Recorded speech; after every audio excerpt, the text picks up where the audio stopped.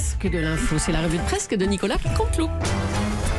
Et tout de suite, Mathieu Béliard, c'est à vous pour les infos du jour.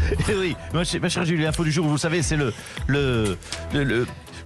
truc, là, le machin, enfin, l'espèce de reconfinement, voilà, c'est le mot. Hein, mais, enfin, reconfinement, pas exactement, avec sortie illimitée jusqu'à 19h au lieu de 18. Un confinement déconfiné, mais dans lequel on reste quand même confiné. En fait, c'est un concept, c'est de l'art moderne. Ça, oui. Et puis, l'autre info, allez, c'est Jean Castex qui va se faire vacciner, vous savez, cet après-midi avec AstraZeneca. Oui. Et avec le bol qu'on a, vous allez voir qu'il va réussir peut-être à nous faire une thrombose. Mais pourquoi, au point où on en est, Julie. On ne sait pas. À vous, Julie. Allez, merci Mathieu. On va revenir sur les annonces de Jean Castex justement hier. L'Île-de-France et les Hauts-de-France sont reconfinés pour 4 semaines. Bonjour Jean Castex. Bonjour Madame Julie. Bonjour Monsieur Béliard. Bonjour à papy et à mamie qui vont pouvoir, grâce à ces 4 semaines, pouvoir apprendre papy et mamie à se redécouvrir. Un petit retour de flamme peut-être. C'est ça, oui. À la maison, sur le canapé. C'est bon, non, oui. Un peu question sur un champion, je ne sais quoi. Ils ont pensé à tout. On a l'image. Alors, ce reconfinement, au départ, on a dit qu'il n'aurait lieu que les week-ends. Mais Emmanuel Macron trouvait ça trop contraignant. Exactement. Un confinement, les week-ends étaient trop pénibles, nous en conviendrons tous. Du coup, nous avons préféré un confinement, une semaine plus week-end. Exactement. Parce que c'est moins pénible. Si. C'est moins pénible. Oui, comme ça, vous n'êtes pas, écoutez, vous n'êtes pas dégoûté de ne pas profiter de vos week-ends, vu que vous ne profitez pas de vos semaines non plus. Oh là là, la logique là-dedans. Et le couvre-feu est retardé à 19h. Oui. Il était, Madame Leclerc, nécessaire de serrer la vis, et si le virus ne baisse pas, nous serons encore plus sévères en le repoussant, ce couvre-feu, à 20h, voire 21h. Mais pourquoi 4 semaines ? Pourquoi ? Pour rien. Et c'est comme ça, c'est pour voir. Et si on voit, je vous dis, notre stratégie, et si nous voyons que cela fonctionne, nous le prolongerons pour être débarrassés de cette épidémie. Et si l'on voit que ça ne marche pas, nous le prolongerons aussi pour lui laisser le temps de fonctionner. Oh là là là là, bon. Dernière chose, le vaccin AstraZeneca est à nouveau prescrit. Parfaitement. Et d'ailleurs, papy et mamie... Jean, tu tombes bien, Jean. Oula. Jean, bonjour Jean. Aujourd'hui, tu vas te faire vacciner, ok, avec le AstraZeneca. Les gens n'en veulent plus. Ils pensent que c'est dangereux, donc tu vas te faire piquer, ça va les rassurer. Non, Monsieur le Président, j'ai annoncé ça hier, un peu à brûle-pourpoint, vous êtes sûr ?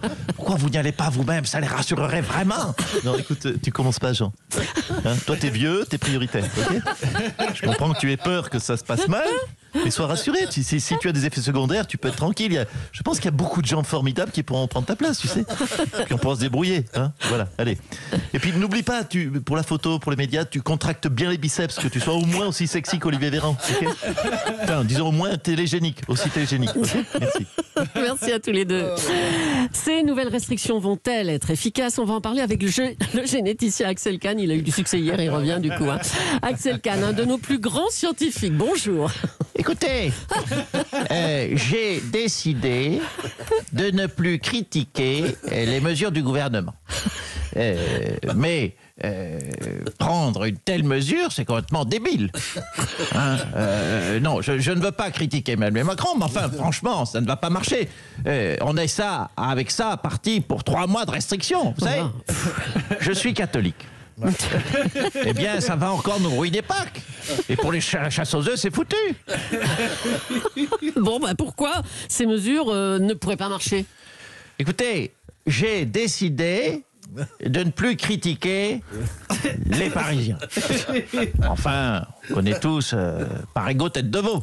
Ils vont rien respecter du tout. Vous savez, je suis musulman. Bien, pour l'Aïd Kel Kébir, mon avis, le couscous, on peut s'asseoir dessus. Alors, un mot du vaccin AstraZeneca qui est à nouveau prescrit. Ça, c'est une bonne nouvelle, Axel Kahn.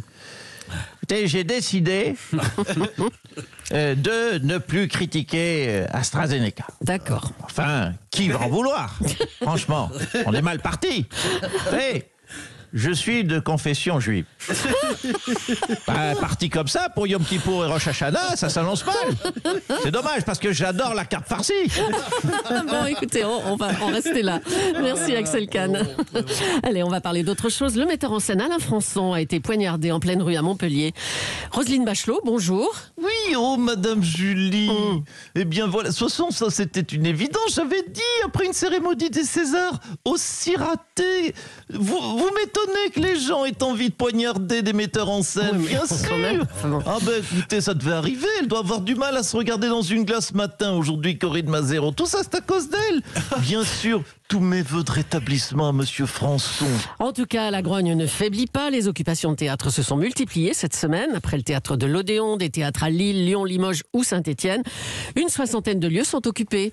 Oui, écoutez, ces théâtres ne sont occupés que par une poignée d'extrémistes. On a l'habitude, vous savez que les théâtres sont vides d'habitude, à l'exception d'une dizaine de dingos qui pensent que la vision d'un chorégraphe turkmène est indispensable à la société. Mais c'est le cas de tous les spectacles de danse contemporaine. Oui, enfin là, quand même, le mouvement prend de l'ampleur. Le théâtre de Pau aussi est occupé par une vingtaine de personnes. Oui, oui, mais c'est bien, 20 personnes à Pau dans un théâtre. Ça doit rappeler à François Bayrou ses plus grands meetings. Oh non.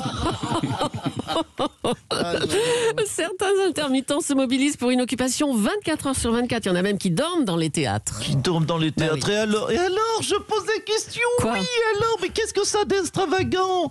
Moi aussi, j'ai déjà dormi au théâtre. Et très souvent. Dans la moitié des pièces que j'ai vues, toutes ces histoires de frères qui s'écrivent des lettres pendant la Première Guerre mondiale. Hein, avec du piano triste derrière, une bande-son avec des bruitages de pluie, pardonnez-moi, et des cris en allemand. Hein, et puis des puits de lumière bleue. Mais moi, je ronfle en 10 minutes. On l'a tous vécu, ça. Attention. Après, attention, je plains quand même les intermittents. Bah oui, oui, Bah allons. oui, parce que d'expérience, je sais que c'est très douloureux de dormir sur un strapontin. D'ailleurs, s'ils m'écoutent, certes, je ne peux pas rouvrir les salles, mais je peux leur envoyer des ostéopathes. Oui, c'est ça. Allez, bon.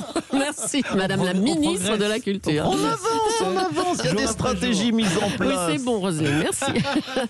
Il devait nous faire une grande annonce hier, mais on a manqué de temps, donc on accueille aujourd'hui Jean Lassalle qui est avec nous ce matin. Oui, bonjour.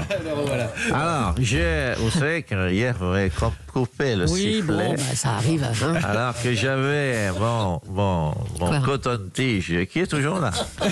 Mon coton-tige. Je n'ai pas pu sortir dans la rue, il me gêne pour la respiration. Donc j'ai dormi dans le couloir de repas. J'ai pu profiter Quoi? de croiser Émilie Manzoyer, très sympathique. J'ai passé toute la nuit au repas, j'ai écouté Olivier Lacroix que j'ai croisé aussi. J'ai même eu ce matin Sébastien Krebs. Oui, mais enfin bon, Bon, c'est enfin, que tout bref, ça. Là. vous savez que je m'étais fait un test de PCR dans mon nez. Le test est tombé, pour les auditeurs qui ne connaissent, qui n'ont pas entendu hier. Oui. Le test de PCR est tombé dans ma narine. Impossible de le retrouver. Donc, je vous le fournis. Madame Julie, tenez. Quoi? Tenez, voilà. C'est un casque de spéléologie. Oui. Une corde. Oui. Est-ce que quelqu'un peut regarder dans mon Ah, bah, nez? pas moi. Hein, Monsieur non. Béliard. Allez, Mathieu, oui, Mathieu. Oui. Allons-y alors. Alors, attendez, faites voir votre nez. Oula, c'est grand. Eh oh. Eh oh. En stéréo. Ah oui, il y a du boulot. Attendez. Non, mais dites, on va pas passer une journée à fouiller dans votre nez. Allons, Monsieur Lassalle, qu'est-ce que vous nous voulez? Vous avez une annonce à faire? Alors, attendez, je branche mon tourne-disque. Ah bon? C'est un tourne-disque en peine des Landes.